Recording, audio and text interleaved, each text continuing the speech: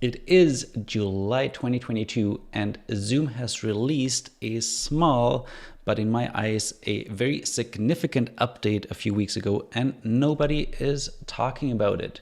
If you are using Zoom's third-party apps, or have been holding off because of what I shared in this video that I'll link over here, then this is very, very exciting news. Zoom is introducing something called guest mode, and this is super, super exciting because up until now, if you wanted to use the Zoom apps, this is what you would have to do. You, first of all, will need the Zoom apps enabled on your account. So if you're not the admin, you have to ask your admin to enable that for you.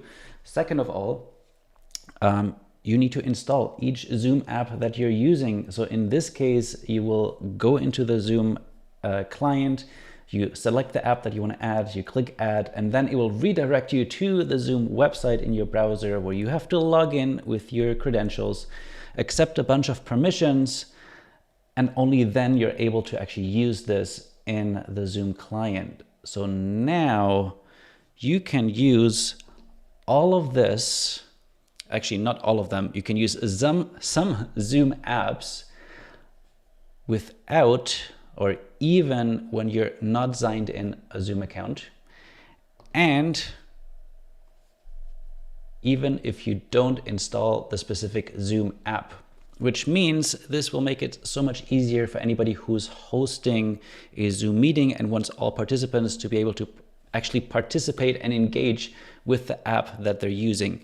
So let's have a quick look at what this means and how do we enable this. So first of all, this is an update that was released on June 20. The version is 5.11.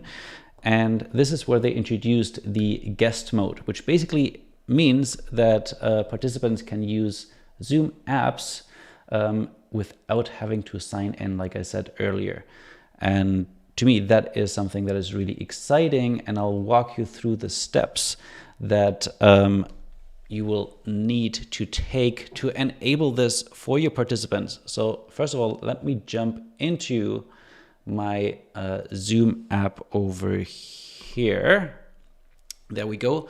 Now I'm in the Zoom app, and if you have apps installed, it should appear as a button down here. And then you can see all of the apps, first of all, that you have already added. But if you click the Discover on the top over here, you can see all of the apps that they've added. I love that now you can search. Up here, you can look at what is trending. There's a lot of different ways to navigate through this, but I'll pick one app right now that I'm particularly excited about, which is called Twine vs. Zoom, which basically is gonna make your Zoom breakout rooms way more fun because it's way easier to create different sets of breakout rooms, have templates. I'm actually thinking of doing a whole review of that app. If you're interested in that, let me know in the comments below. For this app, I do need to sign in.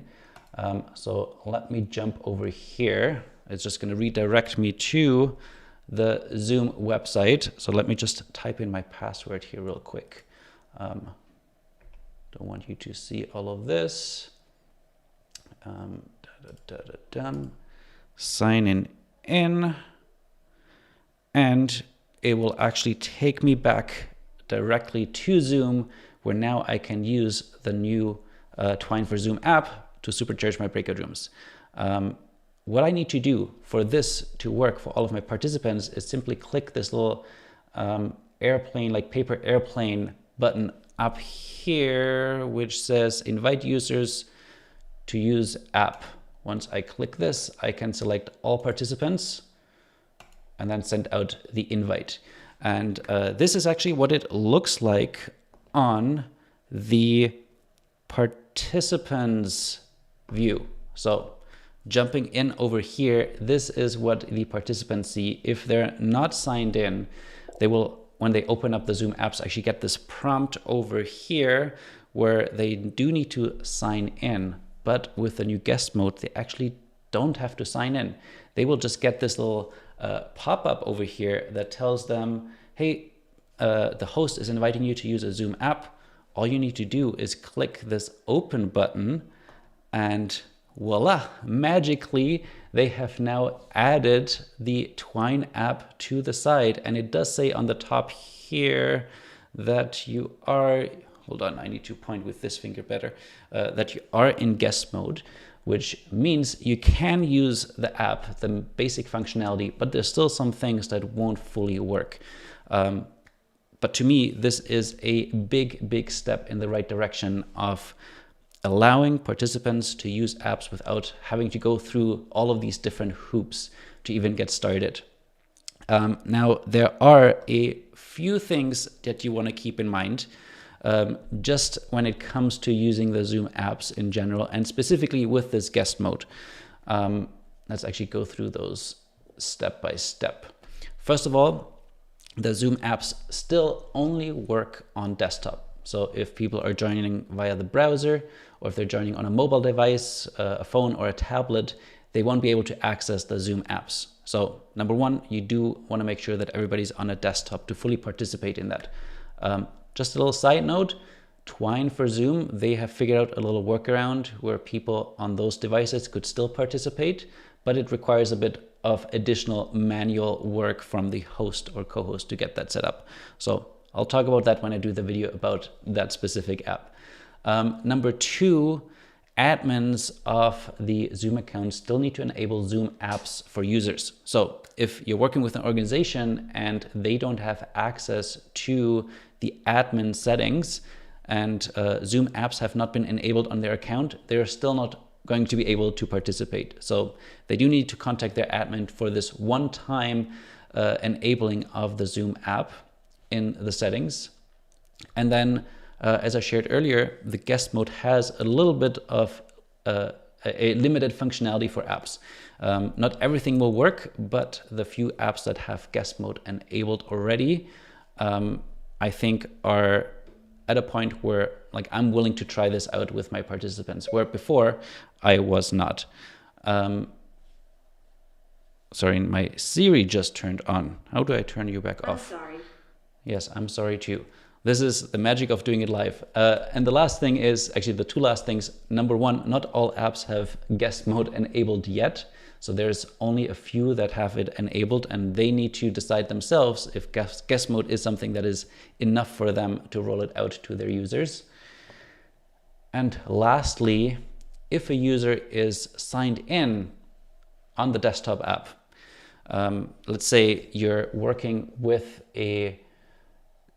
again, an organization where when they sign into their account, the admin has blocked them from using certain, for example, blocked them from using Zoom apps.